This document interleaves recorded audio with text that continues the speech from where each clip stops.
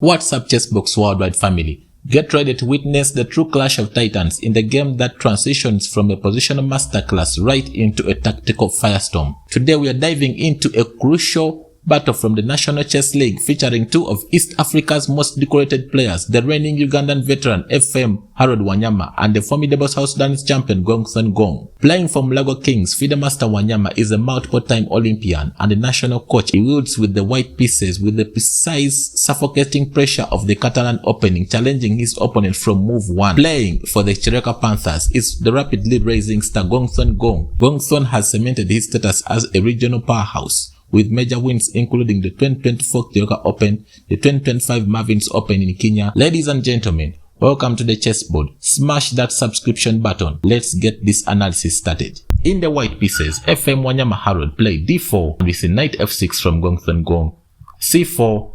e6, and after g3 bring us to the Catalan opening. We see bishop b4 check, knight d2, c5 hitting in the center, pawn a3, bishop takes d2, queen takes d2,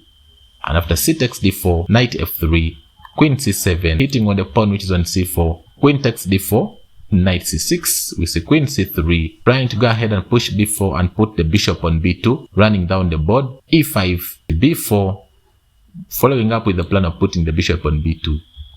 d6, and now we see bishop comes to g2, short castling, bishop b2, bishop e6, and we see short castling from FM, knight e4 hitting on the queen, queen comes to e3, attacking the knight and also trying to centralize the queen in the center, f5, we see rook comes to c1, rook d8 should have been considered, but he played f5, b4 hitting on the knight, knight goes back to e7, we see c5,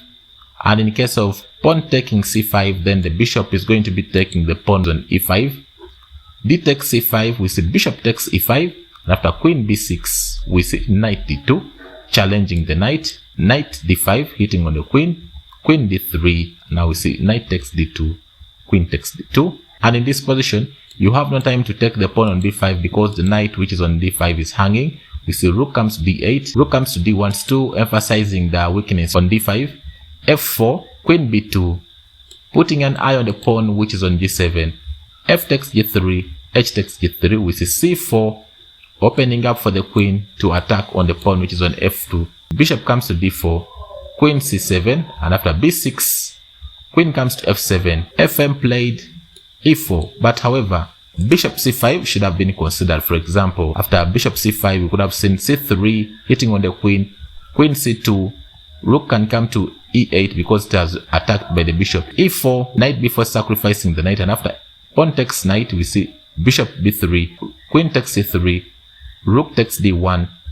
rook takes d1, and after bishop takes d1, and this would be promising for FM. But however, after queen f7, he played pawn e4, and now we see knight e7, we see f4. In this position, knight c6 should have been considered, followed by bishop c3, but he played bishop g4, and now we see rook d2, king h8, a prophylactic move, f5, and in this position, knight c6 should have been considered, but he played rook c8, and now we see rook f2, knight c6, played bishop comes to c3, moving away from the knight take. In this position,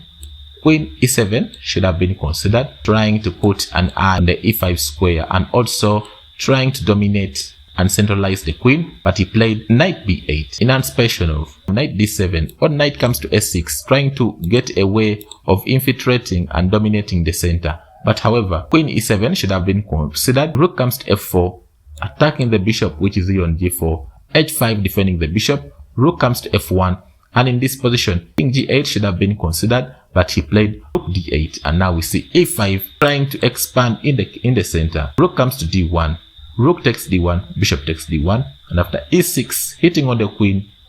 queen e7, he played another super strong move, f6 hitting on the queen, and in this position, queen c5 should have been considered, followed by king h2, king h7 should have been considered, but he played queen takes e6, and now we see f takes g7, king g8, queen d2, emphasizing the bishop pinning the queen and also attacking the bishop on d1, queen b6 check, bishop d4, and after queen b3, he played queen f2, just keeping everything intact